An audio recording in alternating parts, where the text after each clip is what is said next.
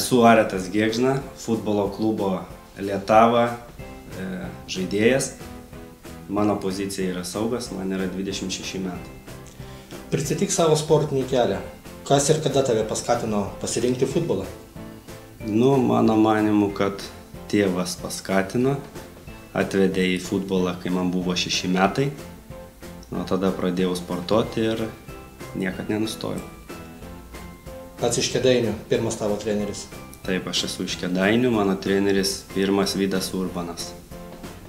Kiek laiko Lietavos komandoje žaidi ir kas tave paskatino atvykti į Jonavą?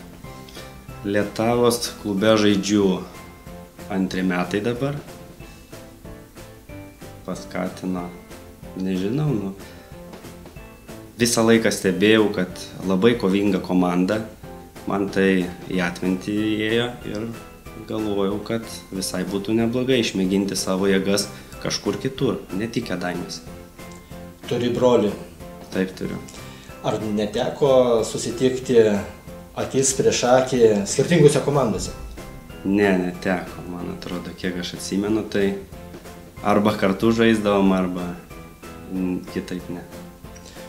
Atvykus į Lietavą buvo laikas, kai kamavo traumos, dabar kamuoja traumos. Kada futbolo žiūrovai, sirgaliai tave pamatys žaidžiantį pilnos jėgos? Taip, ir mane čia liūdina šitas. Geras klausimas, nežinau, jau stengsiuosi, jau atsigaudinėju.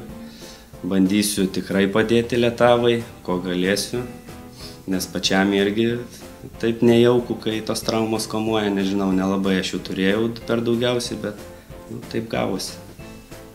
Į pabaigą artėja pirmasis čempionato ratas. Kaip vertini komandos pasirodymą? Tikrai visai neblogai. Tikrai neblogai. Ir ko tikiesi sezono pabaigoje? Tik tai, ko ir visa komanda, aukščiausių tikslų, 1 vietos. Ko palinkėtum savo ir komandai?